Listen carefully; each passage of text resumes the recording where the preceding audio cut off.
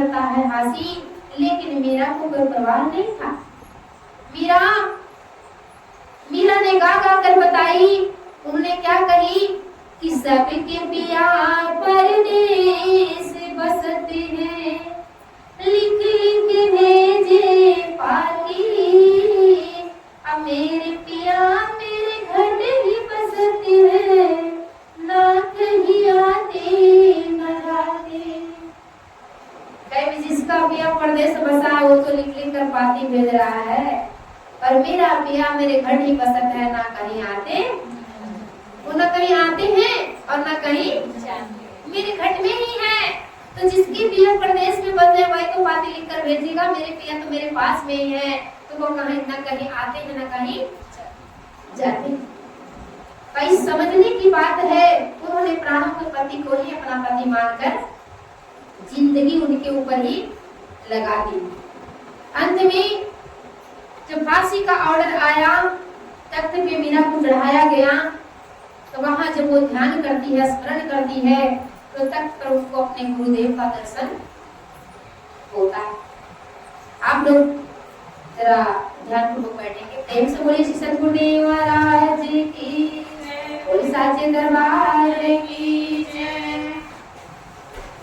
संतों के संग बैठी मीरा, हरि नाम गुण को गाया, संतों के संग बैठी मीरा,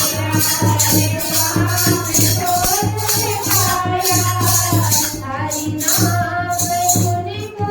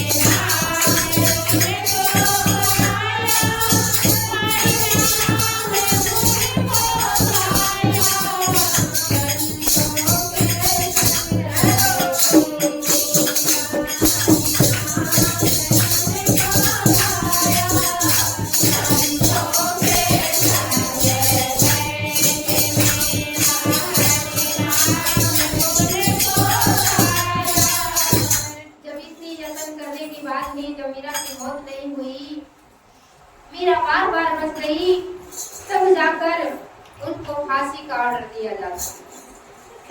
भाई सांप पर तो जादू चल गया, विष पे तो जादू चल गया, लेकिन जब वहाँ फांसी का ऑर्डर हुआ, फांसी पर कौन सी जादू चलेगी? जादूगरनी तो है, लोग उसको क्या कहते थे? जादूगरनी है। जब जहर खाकर जो इंसान ना मरे तो उसे क्या कहेंगे? जादूगरनी है। अंत में तख्त पे भी चढ़ गई।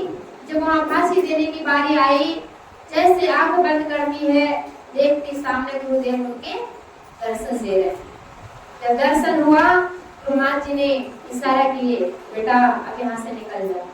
किसके इंतजार में बैठी हो? यहाँ कोई तेरा सब तुम्हारे जान का दुश्मन बना हुआ है, इसलिए तुम यहाँ से छोड़कर निकल जाओ। जब निकल गई उस राज में अकाल पड़ गया। तो देखिए वो एक भगवान की भक्त थी, और जो भगवान की भक्त का अपमान करते हैं तो भगवान स्वयं उनको सहते नहीं। उसको करने का सजा तो मिलता ही मिलता है। जैसे राज छोड़कर गई, वो क्या होता है, उनके राज में अकाल पड़ जाता है। जब अकाल पड़ा तो लोग ज्योतिषी से दिखाने लगे कि जो घर छोड़कर गई है वो घर की लक्ष्मी थी, वो कोई साधारण व्यक्ति नहीं थी, और जब तक वो वापस राज में नहीं आएगी तब तक तुम्हारे राज का अकाल खत्म नहीं होगा। तो लोग उनको ढूंढने के लिए निकले, और मीरा कहीं मिली नहीं। जब पता चला कि आज यहाँ है कल वहाँ है, लोगों के पीछा करते करते बहुत दूर गए, तो पता चला एक जगह वो प्रवचन कर रही थी, सत्संग कर रही थी। देखिए सत्संग हर युगों में करने थी।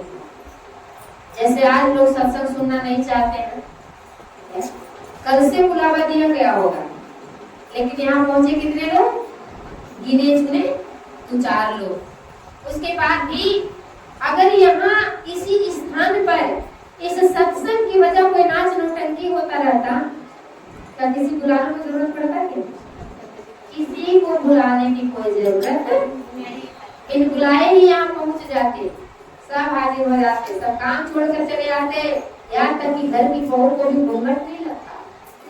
सत्संग में आने में तो घूंघट लग जाता है, तो कैसे जाए दूसरे के घर पे, पड़ोसी के घर पे नहीं जाना है। तो बहू हूँ, दुल्हन हूँ, पर जहाँ नाच नौटंकी के बारी आता है वहाँ दुल्हन का भी घूंघट खत्म हो जाता है। वहाँ कोई घूंघट नहीं, कोई पर्दा नहीं होता है।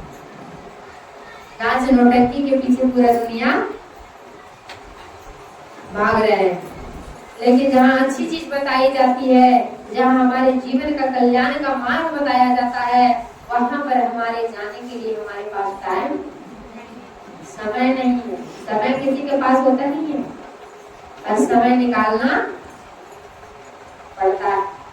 और अगर आज परमात्मा के लिए समय नहीं निकाले, भक्ति के लिए समय नहीं निकाले, तो परमात्मा अगर जिस दिन लंबा लेटा देगा उस दिन क्या होगा? समय ही समय है आपके पास, कोई काम ये फुर्सत ही फुर्सत है, कोई काम नहीं होगा, कोई आप कहीं बिजी नहीं हो सकते। तो समय रहते हुए उस परमात्मा को जानना है।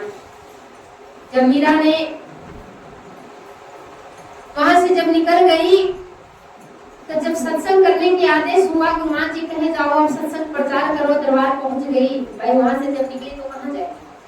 पहुंच अपने दरबार में। तो गुरुमान जी ने कहे कि जाओ अब सत्संग प्रचार करो। तो जैसे सत्संग सुनाने के लिए जाती थी तो वो उनका बातें सुनना पसंद नहीं करती थी। गुरुमान जी से कही कि गुरुमान जी सत्संग तो कोई सुनना नहीं चाहता। उन्होंने कहा कि समाज को क्या पसंद है, तो उन लोगों को तो नाच नौटंकी पसंद है। तो कहे जो पसंद है वही करो। क्या करो? समाज को जो पसंद है वही करो। तो मीरा ने क्या करी कि पैर में घुंघरू बांध ली और गली गली नाचना, उसी को आप